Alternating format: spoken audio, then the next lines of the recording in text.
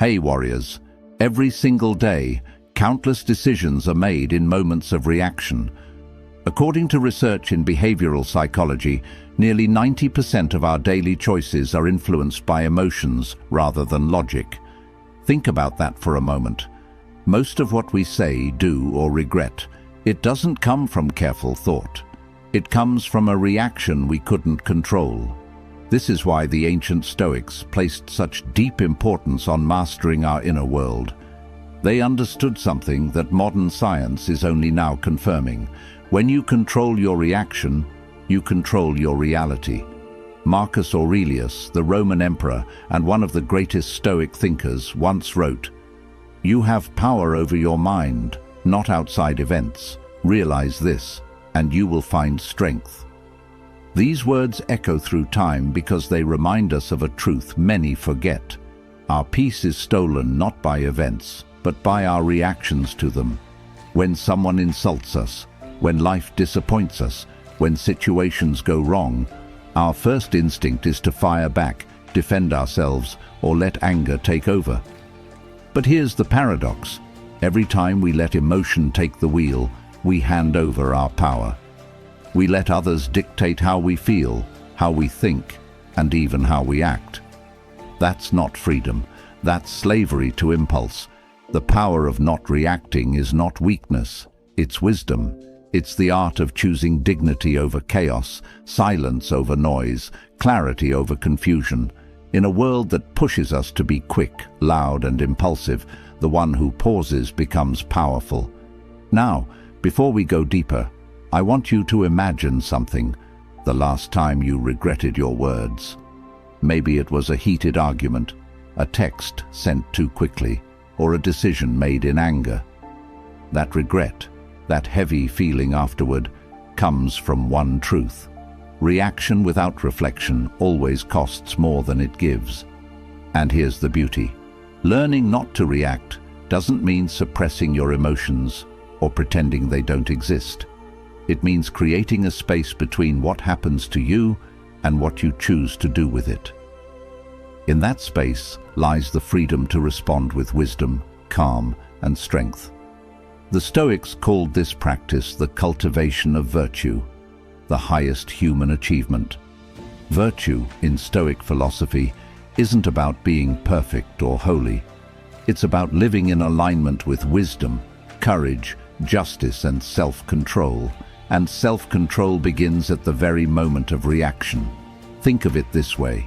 Anger wants you to explode, fear wants you to run, ego wants you to fight, but wisdom whispers, wait, breathe. Choose that pause, that silence, that refusal to hand over your soul to the chaos of the moment. That is where transformation begins. The journey we're about to take in this video is not about theories alone. It's about practical steps, real, human, everyday practices that can help you become unshakable in a shaking world. These are not just ideas. They are living practices, tools that the Stoics used centuries ago and that we can use today in our workplaces, in our families, in our relationships, and most importantly, within ourselves. The world will always test us. People will provoke us. Circumstances will frustrate us.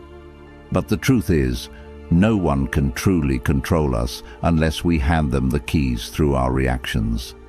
Epictetus, another great Stoic teacher, put it beautifully. It's not what happens to you, but how you react to it that matters. Those words remind us that every insult, every challenge, every disappointment is simply an invitation to rise above impulse and choose clarity. So today, as you listen, don't just absorb these ideas, practice them, visualize them. Imagine yourself in those moments of heat, of conflict, of chaos, and then picture yourself standing still, calm, untouchable. That is the power of not reacting. Before we begin with the first principle, I want to ask you, if you find value in this message, don't forget to like this video, leave your thoughts in the comments, share it with someone who needs this wisdom, and subscribe so you never miss more insights on living with strength and clarity.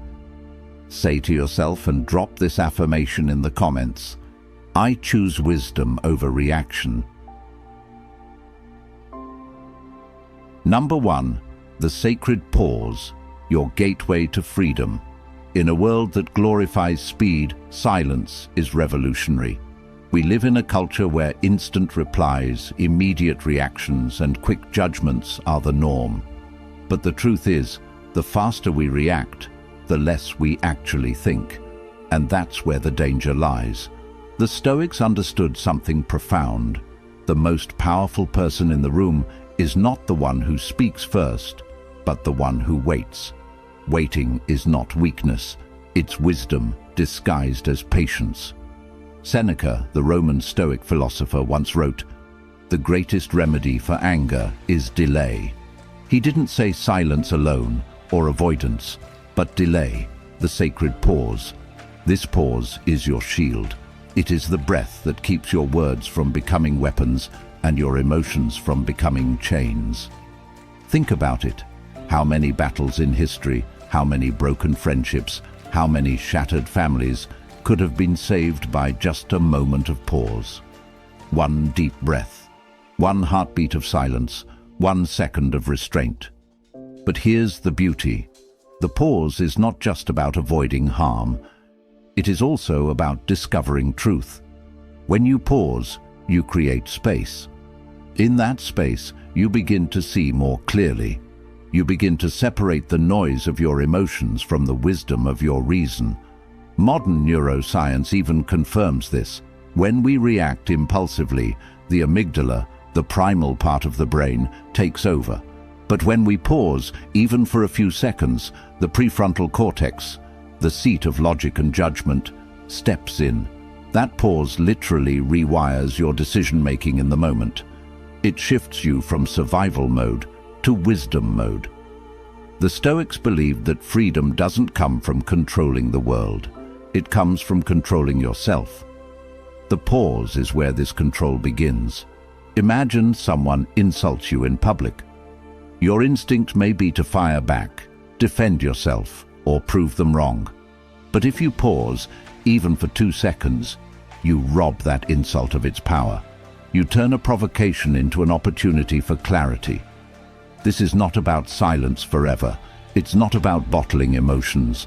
It's about reclaiming the lost art of waiting, responding when you are ready, not when you are triggered. The sacred pause can take many forms.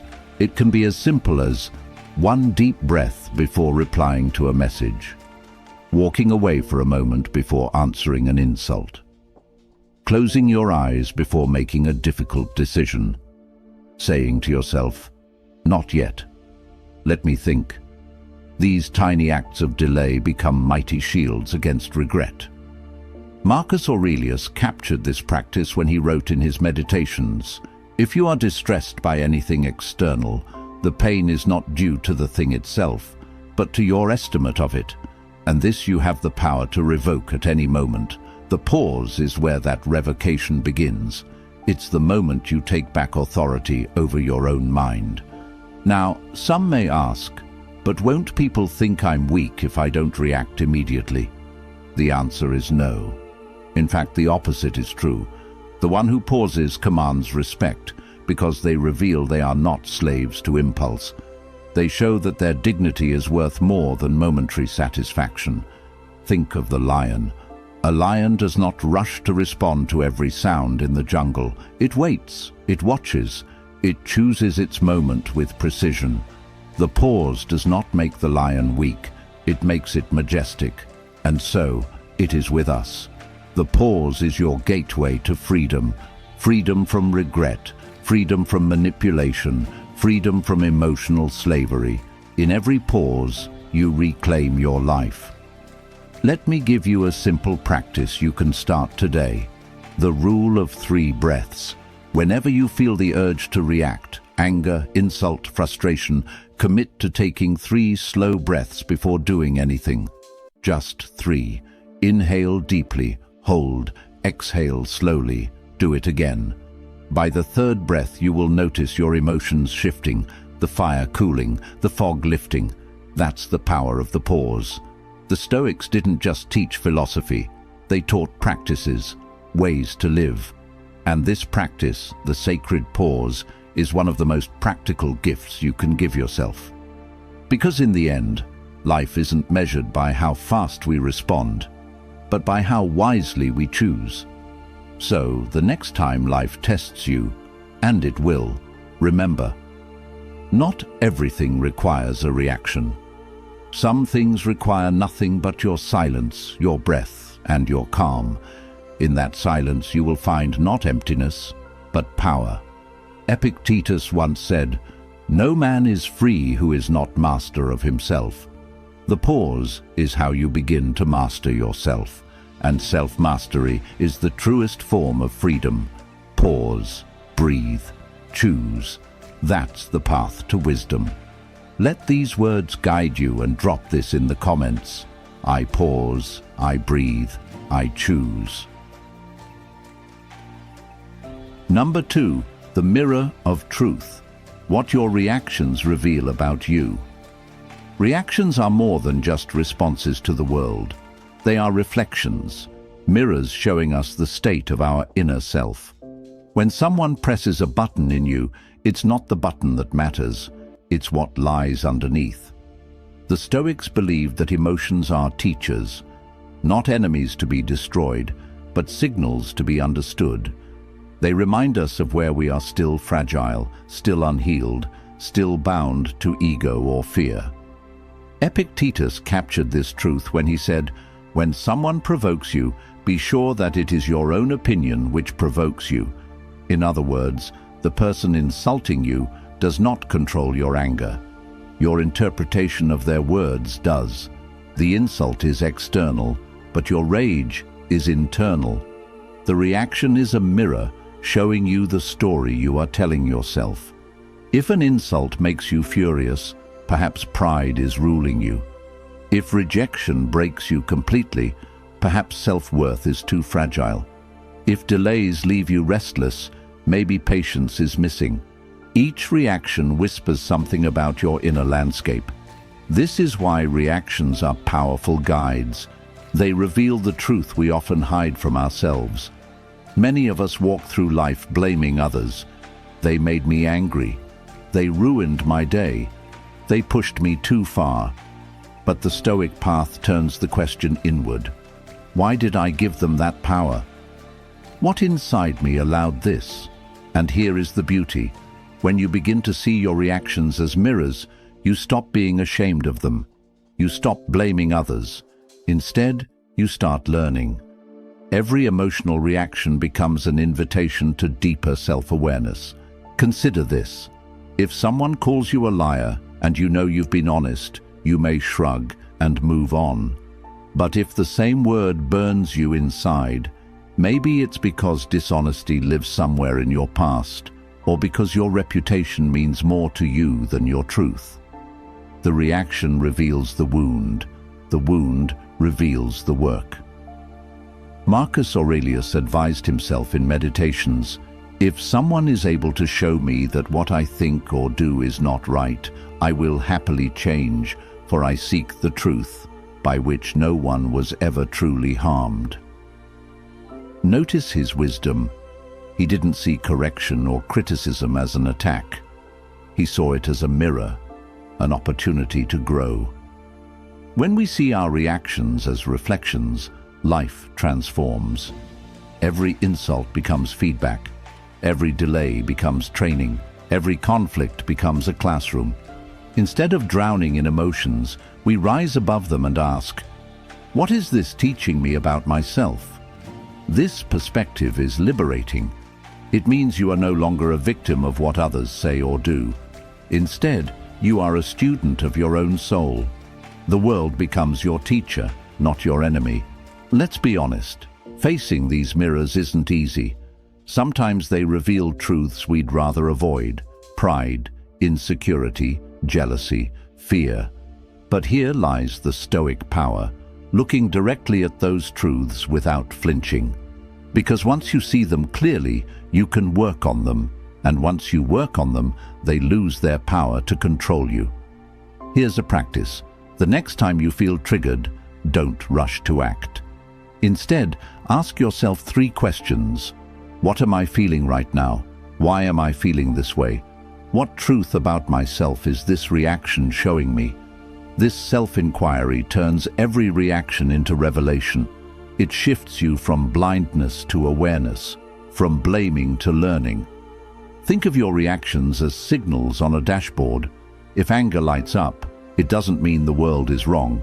It means something inside needs attention. If fear takes over, it doesn't mean you're weak. It means there's a lesson waiting. Ignoring the signal doesn't help. Facing it does. Seneca wisely wrote, "No man was ever wise by chance." Wisdom requires facing yourself honestly, and your reactions are the most honest reflection you will ever get. They show you who you really are when the mask slips.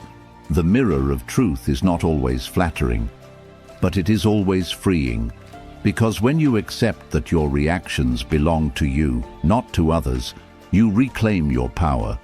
You can't always change the world, but you can change what it awakens in you. Let this sink in.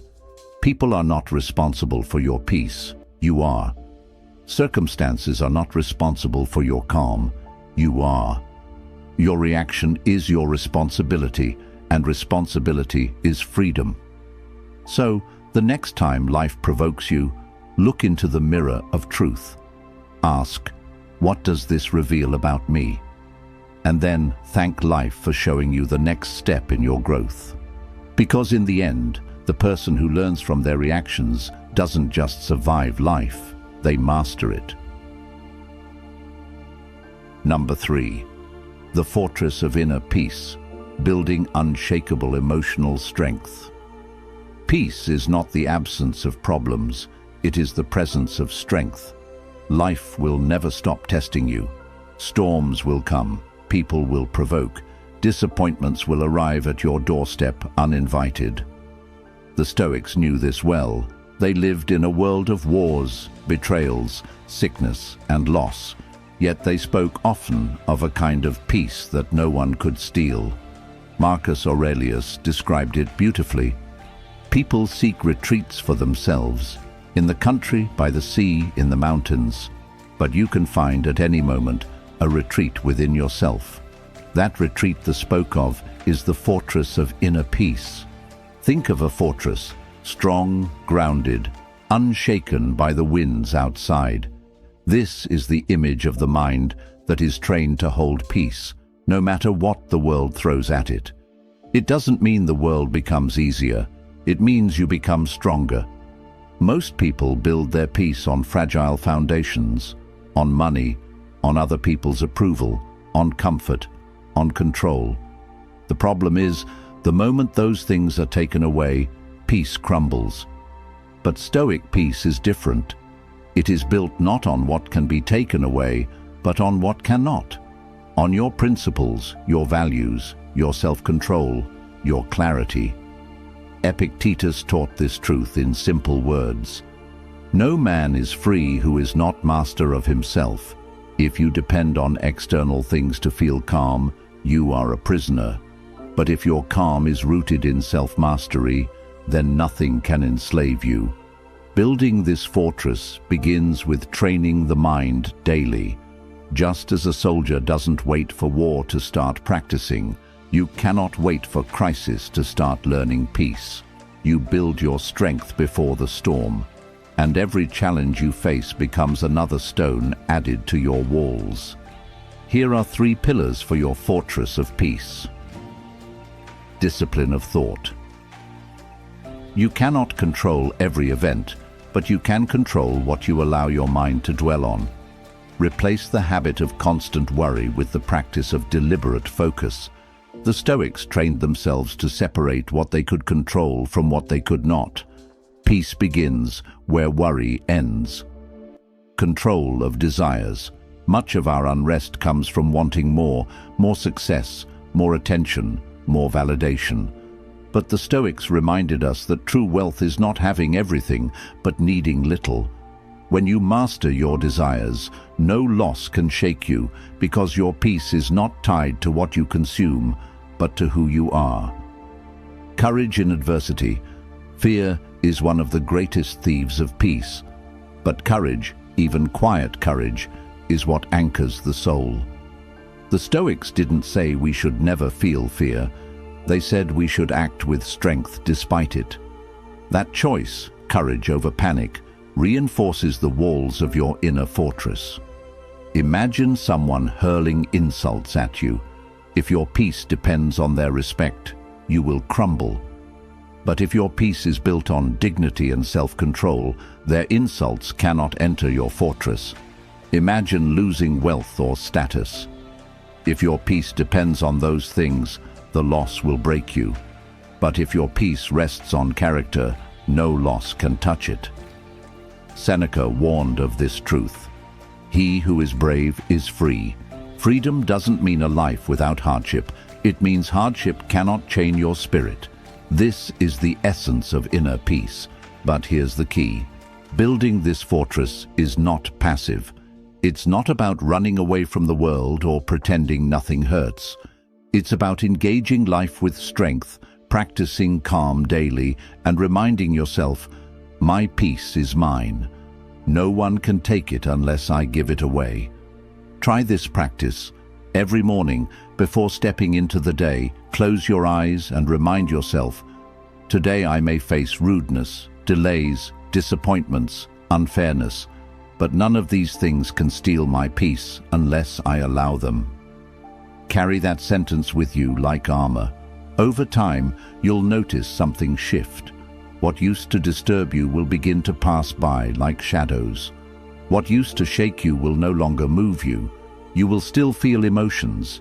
Yes, you are human, but you will no longer be ruled by them. That is strength. That is freedom.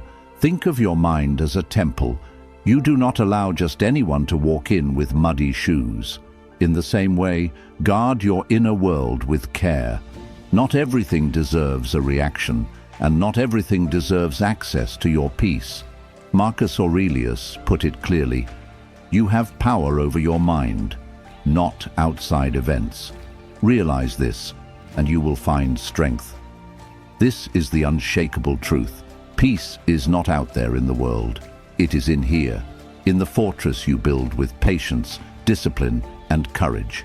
So, when the storms come, and they will, stand firm in your fortress. Let the winds howl, let the waves crash. You will stand unbroken because your peace does not depend on them. It depends on you. Tell yourself with strength and drop this in the comments. My peace is my fortress and nothing can break it.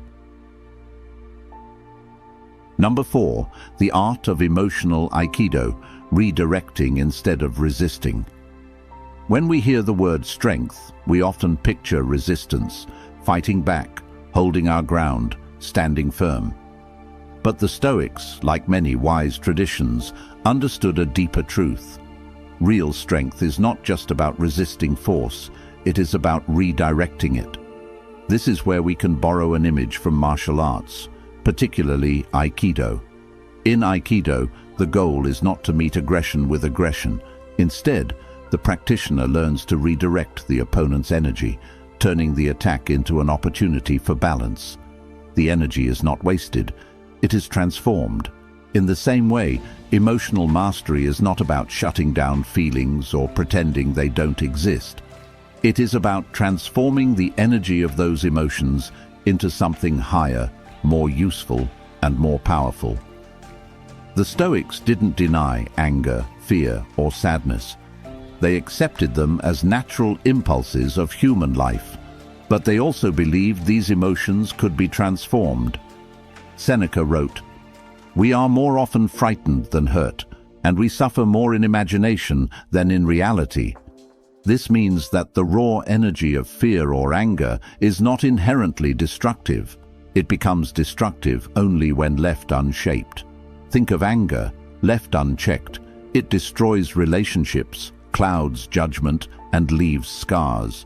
But redirected, anger can fuel courage, persistence, or justice. Fear, when redirected, becomes caution, preparation, or wisdom. Even sadness, when embraced and channeled, can grow into compassion and empathy. This is the art of emotional Aikido, not resisting emotions, not suppressing them, but moving with them and turning them into allies. Imagine someone insults you in a meeting. The immediate impulse might be to defend yourself or retaliate. Resisting might mean you suppress your anger, hold it in, but it still eats away at you inside. But redirecting means you pause, breathe, and instead of wasting energy on reacting, you use it to sharpen your clarity, to show calmness, to rise above the noise. Suddenly, what was meant to harm you becomes a stage for your dignity. Marcus Aurelius gave us a powerful reminder. The best revenge is not to be like your enemy.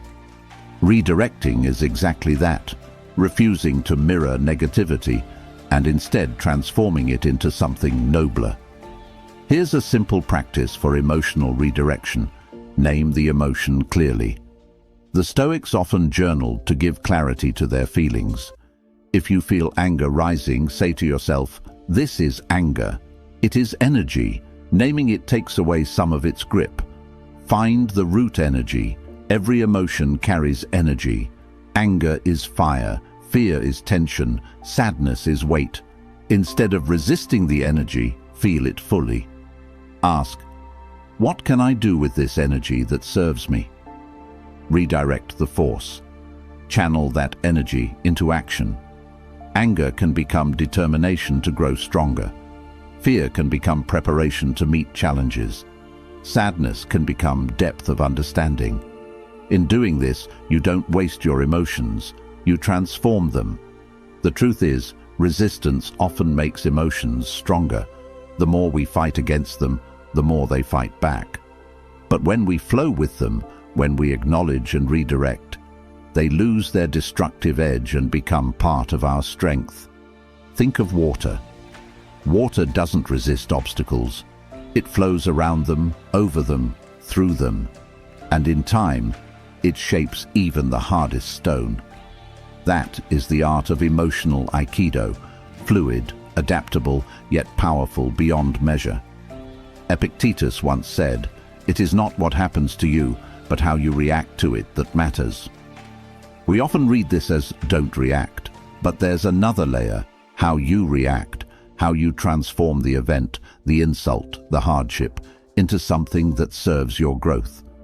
When someone is cruel to you, you can let it harden your heart, or you can redirect it into compassion, a reminder that their cruelty comes from their suffering. When life closes a door, you can sit in despair, or you can redirect the disappointment into motivation to carve a new path. This practice doesn't just protect your peace, it gives your life power, because every emotion becomes fuel, nothing is wasted. Even pain becomes part of your strength. Seneca gave us this wisdom. Difficulties strengthen the mind, as labor does the body. Emotional Aikido means you no longer see difficulties as poison. You see them as energy, as training, as nourishment for your growth. So the next time emotion rises, don't fight it, don't suppress it. Redirect it, flow with it.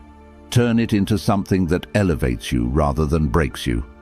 That is the true art of emotional mastery. That is Stoic strength in motion. Declare to yourself and drop in the comments, "I transform every emotion into strength." Number 5, the Phoenix Principle, rising stronger from every challenge. Life will break you. This is not pessimism, it is truth. There will be losses, betrayals, failures, and days when the weight of existence feels unbearable. But what defines you is not the breaking. It is what you do afterward. The Stoics believed that adversity is not a curse, but a forge. Hardship is the fire, and you are the iron. And like iron, you can emerge sharper, stronger, and more resilient if you choose to rise. This is what I call the Phoenix Principle. The ability to rise stronger from every challenge, every defeat, every setback. Like the mythical phoenix, you may fall into ashes, but those ashes become the soil for your rebirth. Marcus Aurelius reminded himself daily, the impediment to action advances action. What stands in the way becomes the way. These are not poetic words. They are a roadmap. The obstacle does not stop your journey. It becomes part of it. When you see hardship through this lens, life changes. Rejection is no longer the end of your worth. It becomes redirection towards something greater. Failure is no longer humiliation. It is the blueprint of wisdom. Loss is no longer meaningless suffering. It is the reminder of life's preciousness, urging you to live deeply. This principle is not about blind optimism. It does not say, everything happens for a reason. The Stoics would reject that. Instead, it says, whatever happens, I will give it meaning. I will turn it into growth.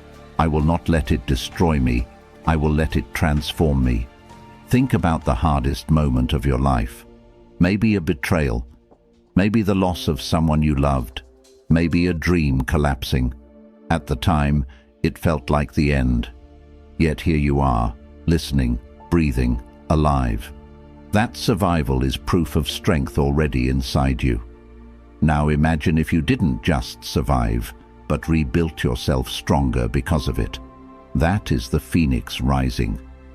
Epictetus, who was once a slave, understood suffering intimately, yet he taught, difficulties are things that show what men are.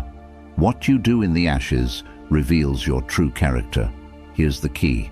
Pain without reflection hardens the heart, but pain embraced with wisdom strengthens the soul.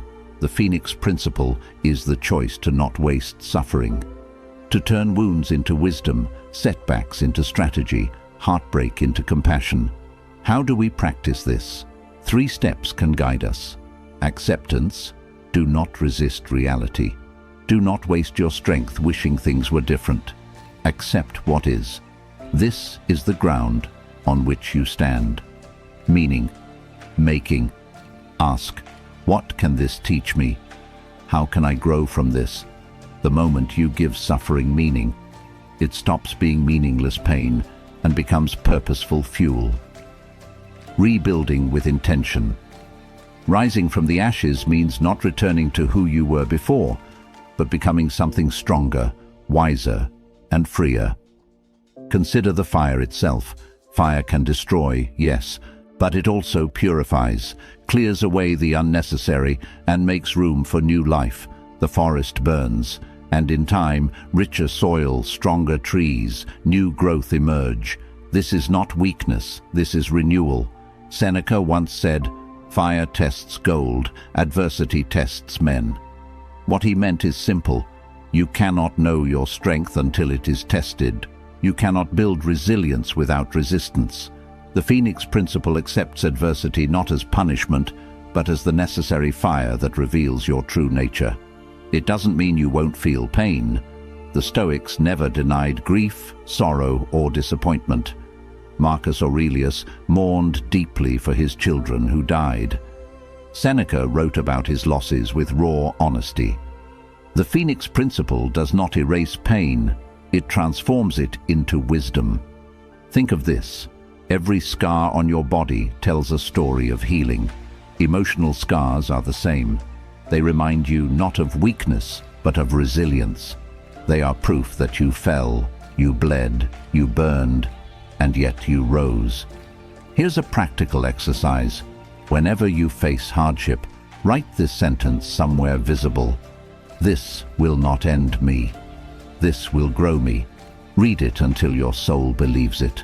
Because when you shift your perspective from victim to creator, the ashes become your strength. Remember, you are not fragile glass, shattering at the first hit. You are fire-forged steel. You are the phoenix. You are meant to rise, not once, but every time life tests you. The Stoic path is not about avoiding hardship. It is about meeting hardship with courage, transforming it into growth, and rising from the fire stronger than before. So the next time you face difficulty, remember, this is your forge. This is your fire. This is your chance to rise as something greater than you were yesterday. The power of not reacting is not a simple skill. It is a journey into the depths of your mind, your heart, and your soul. Each principle we explored today, from the sacred pause to seeing your reactions as mirrors, to building an unshakable fortress of peace, mastering emotional aikido, and rising like the phoenix, is a tool, a guide, a key to reclaiming the life you often unknowingly hand over to others and to circumstance. Stoicism teaches us that life will never stop testing us. People will provoke, situations will disappoint, and challenges will feel impossible. But the one who masters their reactions, who transforms energy instead of wasting it, who builds resilience and rises from the ashes, they do not just survive, they thrive, they live free, they live powerful. Remember, your emotions are not enemies, they are signals. Your pauses are not weakness, they are power. Your hardships are not punishments, they are opportunities for growth. And above all, your reactions are yours to choose. Each choice you make becomes a step toward freedom, clarity, and strength. So, take these lessons, carry them with you, and let them shape the way you respond to the world. Practice the sacred pause. Look into the mirror of truth. Build your fortress of inner peace. Redirect your emotions with mastery. Rise stronger with every challenge. If this video inspired you, don't forget to like, comment, share, and subscribe. Share your affirmations in the comments to remind yourself and others of your power. Pause, reflect, transform, and rise. You have the strength, you have the wisdom, and you have the power to control your reactions, because your mind, your peace, and your life are yours.